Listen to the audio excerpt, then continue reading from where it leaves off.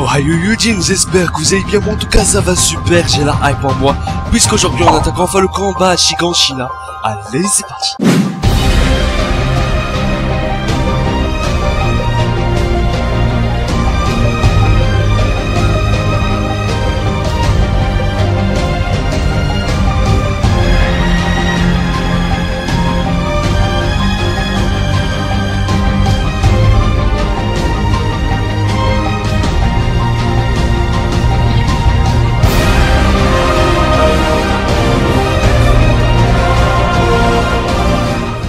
Le bataillon d'exploration est enfin allé visiter notre cher Kate, qui est l'ancien instructeur des nouvelles recrues, afin de lui soutirer le maximum d'informations possibles et de connaître la vérité à propos du père de Eren, si on a une en tout cas, vu que ce dernier était son ami du passé. C'est ainsi qu'il commence à nous raconter plusieurs anecdotes que je vais vous résumer en 5 points. La rencontre de Grisha Yeager avec Kate qui s'est déroulée à l'extérieur des murs. Le deuxième point, la rencontre de Grisha avec Carla dans un bar grâce à Kate. Entre parenthèses, Kate était follement amoureux d'elle, mais cet amour va s'éteindre malheureusement. Le troisième point, Grisha qui affirme être docteur et qui sauve tous les habitants de la maladie contagieuse, ainsi Carla avec.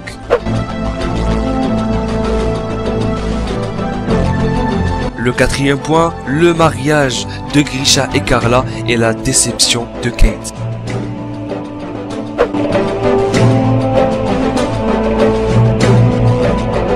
Et enfin le cinquième point qu'on connaît tous, l'attaque à Shiganshina par le titan cuirassé et colossal et la transformation d'Eren en titan. Kate avait avoué qu'il avait vu Grisha tenant son fils par la main pour aller à la forêt, savant ce qu'il allait lui faire et en essayant de l'arrêter. On passe directement à Shiganshina. À peine arrivé, il n'y a aucun ennemi, ni Bertolt, ni Reiner, aucun titan dans les parages.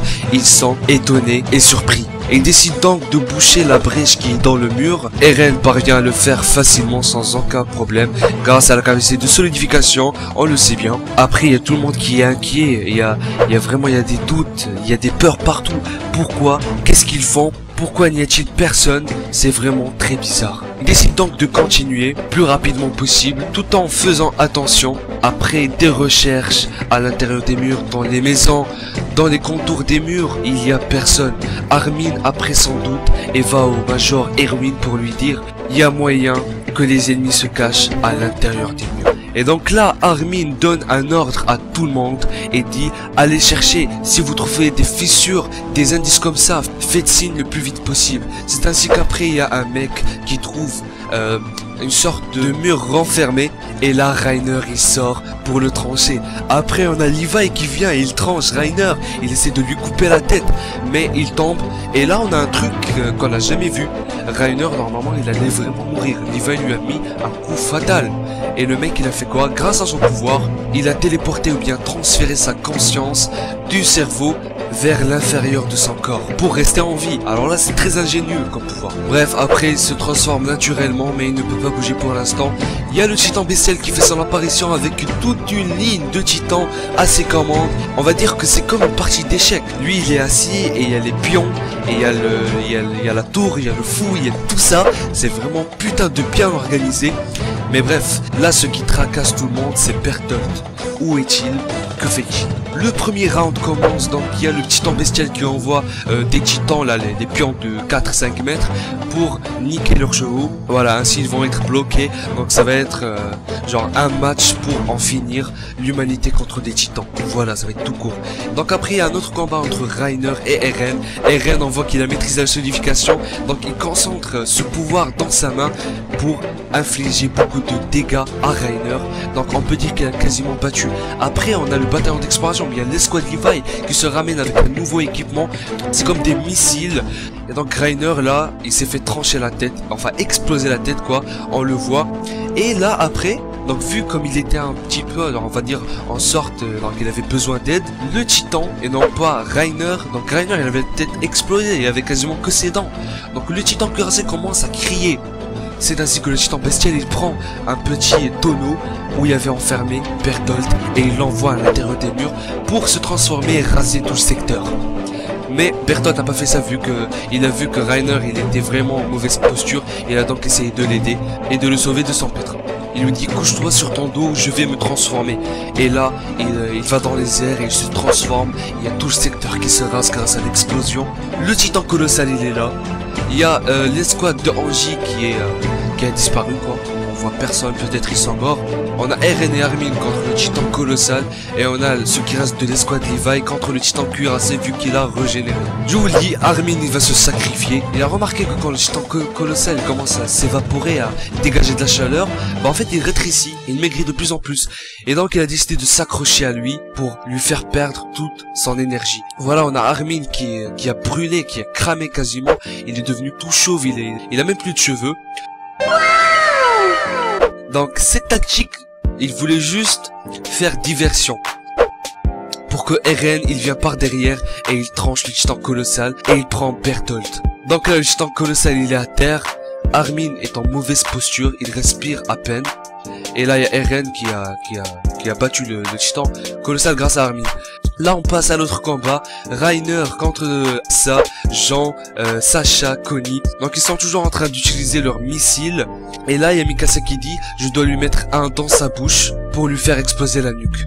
Il y a Jean et Sacha qui sont à terre, ils ont perdu conscience. Il reste plus que Connie et Mikasa. Et là il y a Angie qui surgit de nulle part et qui lui met le missile en plein gueule pour le faire exploser. Le titan cuirassé et le titan colossal se sont fait abattre comme jamais.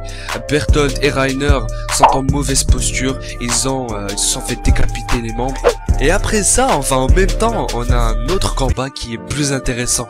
Le titan bestial contre Levi. Donc Levi avait mis au point un plan avec Erwin. Donc Erwin allait faire un discours avec les nouvelles recrues afin de foncer tête baissée vers le titan bestial. Pendant ce temps, Levi va s'occuper de toute la ligne de titans. Donc là, il va utiliser son équipement tridimensionnel. Il va tuer un par un, il va tuer tous les titans jusqu'à arriver au titan bestial. Et là, il va lui faire la peau de chez la peau. Non mais franchement, il l'a vraiment massacré là. L'hôte du titan bestial qui s'échappe grâce à un titan à 4 pattes là, quadrupède qui est vraiment très chelou. On aurait dit qu'il est vraiment lui aussi intelligent. Non mais attendez. On a quelque chose là. Mais regardez-moi cette grosse tête. Il a une putain de grosse tête. À l'intérieur des murs, on a Reiner et Angie, donc elle commence à lui trancher la gorge. Quand Jean lui dit non, laisse-le, on peut s'en servir. S'il y a quelqu'un qui est en mauvaise posture, on peut utiliser la seringue pour le transformer en titan et prendre le pouvoir de Reiner. Il y a le titan, enfin l'hôte du titan bestial qui est sur son animal là, enfin on va dire comme ça. Donc il vient et il prend Reiner pour rentrer chez eux tout simplement. Et ils vont laisser Bertolt. Parce que c'était fini pour lui. Alors c'était fini pour lui parce que avant il était venu vers Eren et il a commencé à lui dire tu es une victime de ton père comme moi et tu ne lui ressembles pas du tout. Enfin, il a commencé un petit peu à bavarder tout ça. Et il y avait Eren qui avait pris Bertolt comme otage. Il lui avait dit en tout cas Bertolt tu ne le prendras pas, je préfère le tuer. Et après il y a Levi qui se ramène, donc voilà, il a vraiment tué tous les titans. Le titan bestial il se dit oh putain merde, et il dégage avec Reiner.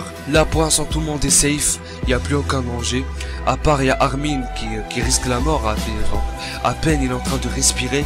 Donc il y a Eren qui dit à Levi donne-moi la seringue, on va le transformer en titan afin de bouffer Bertolt. Et là en même temps il y a un mec qui a récupéré Erwin. Et lui aussi il respirait à peine. Et là Levi il est vraiment coincé. Qui sauver, Erwin ou bien Armin? Petite anecdote, Erwin est en train de faire tout cela pas pour l'humanité. Il est en train de penser qu'à lui-même.